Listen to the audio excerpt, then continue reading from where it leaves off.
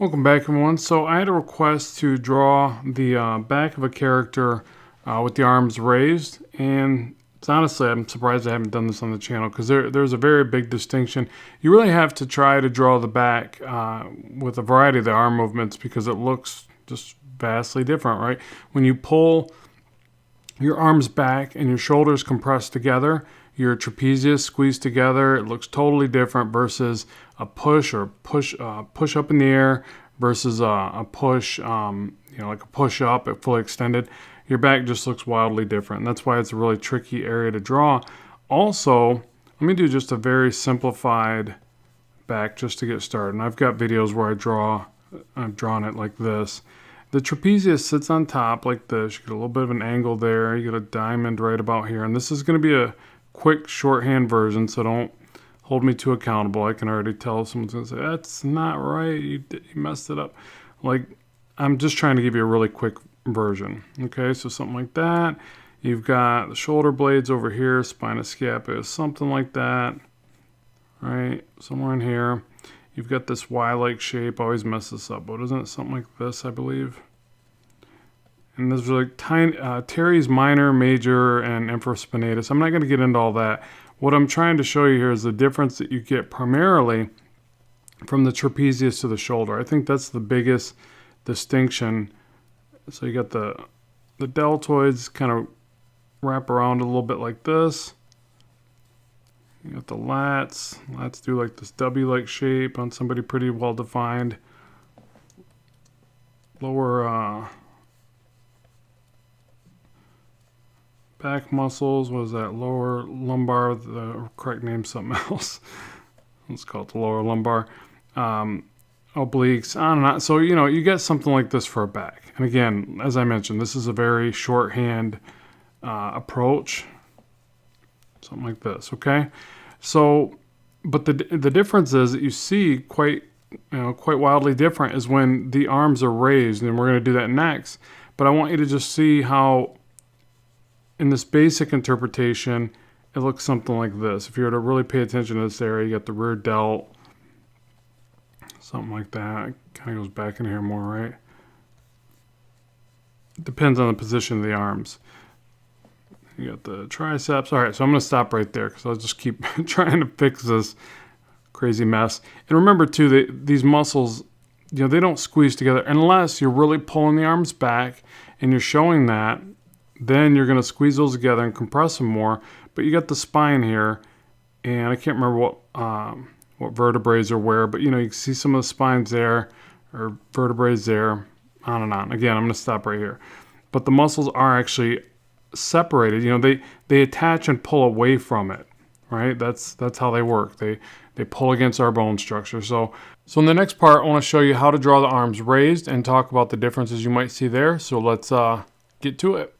Okay, so now we'll talk about the difference we see here if we go to raise those. Now, again, lots of variation here. You could raise the arms up, forward, squeezing your shoulder blades back. I mean, it's not just as simple as saying your arms raised, right? So keep that in mind. And then obviously different amounts of muscle are going to be wildly different on the person. How defined is a person, what's their body to fat ratio, stuff like that. So what we're going to do though is start with pretty much the same consistency is going to be the trapezius because it doesn't really move as much. It doesn't have as much range of movement until you pull the arms back and then it squeezes together and the muscles protrude and kind of bulge more in that regard.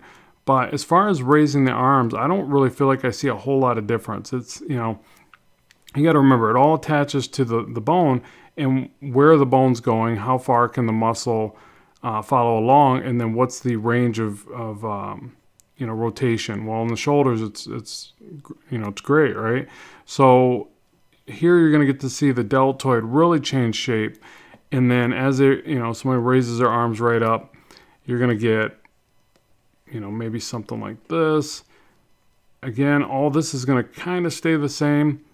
You are going to probably see more of the muscles pull away and movement with the scapula, I imagine. So that little Y-like shape, you're probably going to see it do something more like this. And it's not always as distinct right there, but just trying to kind of envision this for you. and the lat that's going to stretch out. Trying to think about if you would see the definition here as much. So you get like the V-like shape of the trapezius, something like this. But then usually you have like the Y shape here. But as you raise the arms up, I want to say this flattens out. So you don't get as much of this definition right here. You're going to get that, like if you see a bodybuilder, it does that, I don't know the name of the poses, but the one where they put their hands real high up on their sides and they flex out their lats. Well, then of course you're going to see that here. But in this case, I don't think you would. I think it would be more of just the extension of the arms, which might make the deltoids more defined. And again, that probably even depends upon where the orientation of the arms are going. Are they going forward? Are they going back? Things like that are going to have a distinct difference on what muscles are used and how they're flexed. What the what energy and stress is being put on them. So let's go something like this here. Again, probably show some of this divide. I don't know how much of that I'd want to see in there. It looks a bit odd. And then the lat.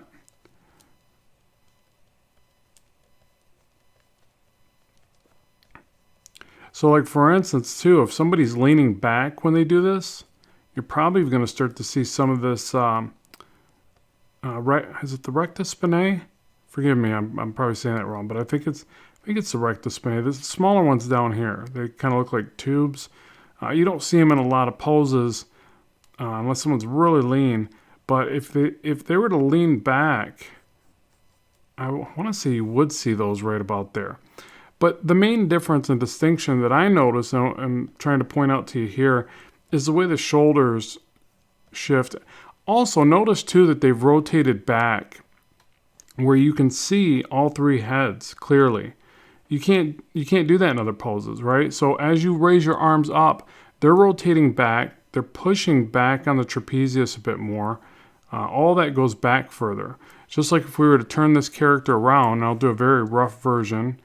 So you get the medial head here, by the way, some of that anterior head, posterior head, all the little, it's usually not as easy as just drawing all three heads because you get those different striations. So you have to play around with that, obviously. Keep that in mind. Triceps are probably going to be pretty visible from an angle like this. Okay, so again, let's rotate, a quick representation of rotating the character because I feel like you almost need to understand that to understand this and get this somewhat correct. And I know this is pretty messy, so forgive me, but I'm learning just like you are, folks. This stuff's tricky. So go to the front and say, okay, the arms are raised. Well, what happens there? The chest, let's start with the collarbones, actually. Collarbones right about here. The chest starts to pop up. Okay, it doesn't just stay straight. I don't think you can really raise your arms and keep your chest straight. It's either going to dip down, what kind of angles back just a little bit if you got good posture, I guess. But for me, it angles down. But as you raise the arms, the shoulders go back is the main thing I'm trying to explain here. So you start to see the arms. Oh, I didn't leave myself enough room there. Let's adjust this over.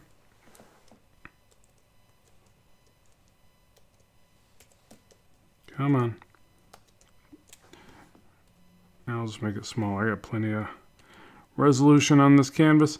Okay, so I'm even going to go a little smaller. Give myself some room here. Okay, so the shoulders go back. The arms, triceps especially. Well, you know what? I guess it's going to depend upon...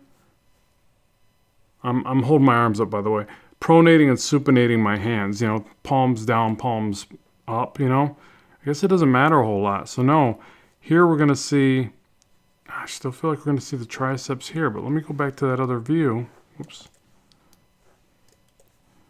Thinking I'm on the zoom there. Yeah, see, maybe we don't see as much of those triceps there. Here we're probably going to see a fair amount of the biceps, triceps on the side. So I consider this area is incorrect. That's too much of the triceps right there.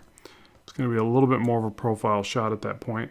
But with this one that we just started illustrating, This one, it is going to be tricep. So, this is where a mirror is your best friend. You got to sit there and do these poses and look at what you're doing and see, where the body goes as you do this. It's the only way you're going to start to remember it, because it's not, I don't know, it's hard to just pay attention to pictures. Like at this point, I don't even have any reference for this. I'm just trying to envision it. And not saying I wouldn't pull reference. It's just I almost feel like I just wouldn't even be. I'm going to spend more time trying to do that, where I can just kind of play around with these. I'd be better off looking in the mirror.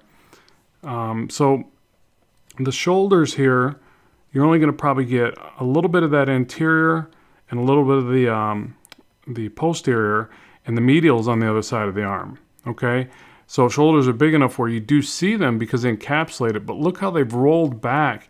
And then the other thing is the trapezius drops down. So, like I've done this where I'm like trying to draw this overly muscular character. I'm like, I'm going to give him these big trapezius right here, right? I've done that plenty of times. Well, that's a big mistake. I mean, that's just not how the muscle works. I don't care how big and powerful they are. It's going to probably need to go like this so that you're at least introducing the mechanics of it in a way that kind of makes sense. I mean, even if it's a Hulk-like character, you're going to need to rotate those back because that's just what they do, and then you put all the emphasis on the shoulders here, tricep here, somewhere in there, elbow, and, kind of find these landmarks and work out from it. Something like this, I imagine. The other thing is this, the chest is way into here.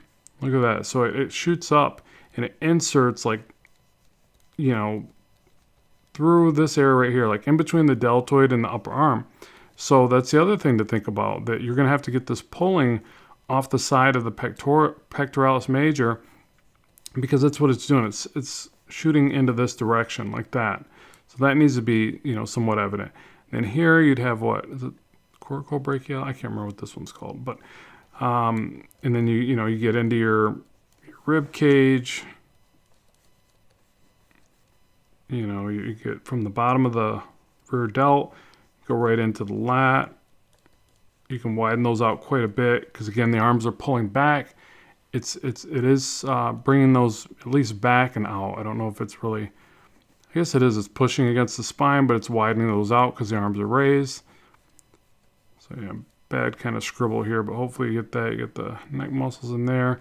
And at this point, you'd probably draw maybe an upshot on the head, but not always necessarily, because there's lots of possibilities there. You got to really only use that upshot of the head when it's absolutely necessary. It's always weird looking, I think. Like, it's difficult to draw. You got to get it just right. So I'd have to draw that a couple times. I'm not going to jump into that. Abdomen muscles, and on it goes. So something like that. Like that. Actually, I don't even want to quit drawing it because I'm still trying to figure it out. Okay, so, but the main point is that the shoulders roll back and they become less visible from an angle like this. Here, again, they roll back, they become very visible. But I would say the main point with this one is just that the trapezius doesn't move. It's attached to the, that upper torso. What was it? Attached to the, I think it's attached from the C1 all the way down to the T12 vertebrae, if I'm not mistaken. And I just Googled that, right?